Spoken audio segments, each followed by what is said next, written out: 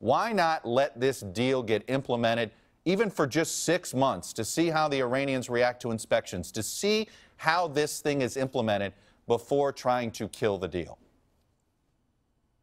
I'm not trying to kill any deal. I'm trying to kill a bad deal. And you say it's a historic decision, a historic deal. It could be a historically bad deal because it leaves the preeminent terrorist state of our time with a vast nuclear infrastructure. Remember, not one centrifuge is destroyed.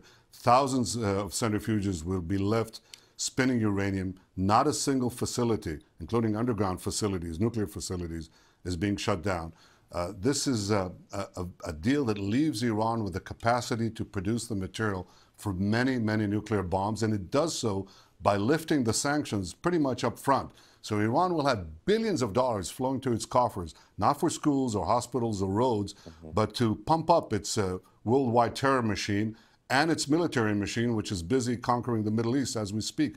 The preeminent terrorist state of our time should not have access to a vast nuclear capability that will ultimately give them nuclear weapons. That's a concern for Israel, for the region, for the peace of the world. Let me ask you this, though. You have a deal that was negotiated by the United States, China, Russia, Britain, France, Germany, all of them on one side of this deal. You're on the other. Are you concerned that Israel is being isolated from the world community on this issue?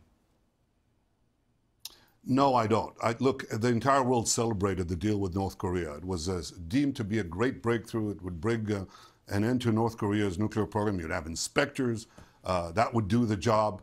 Of course, everybody applauded it. But it turned out to be a very, very bad deal. And you know where we are with North Korea. I think the same thing would be true in the case of Iran, except that Iran is a great deal more dangerous than North Korea. It's a militant Islamic power built on regional domination, in fact, bent on world domination, as it openly says so. They just chanted death to America a few days ago on the streets of Tehran, the same streets where there is rejoicing right now.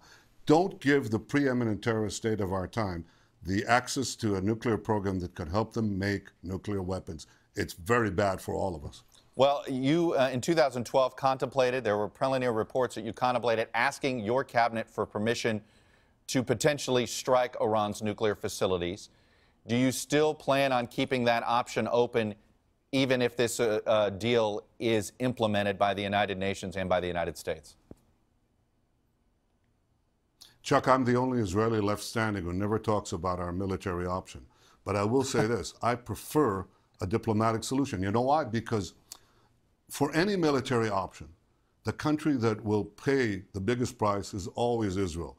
So we want a diplomatic solution, but a good one that rolls back Iran's nuclear infrastructure, and one that ties the final lifting of restrictions on Iran's nuclear program with the change of Iran's behavior, namely that they stop their aggression in the region, that they stop their worldwide terrorism, and that they stop calling and working for the annihilation of Israel. These are the requirements that there's still time to put in place, and I'll use whatever means I have, including this program, to try to persuade people to go for this deal, which is the only one that will give us peace and security. Hey, NBC News fans, thanks for checking out our YouTube channel. Subscribe by clicking on that button down here, and then click on any of the videos over here to watch the latest interviews, show highlights, and digital exclusives. Thanks for watching.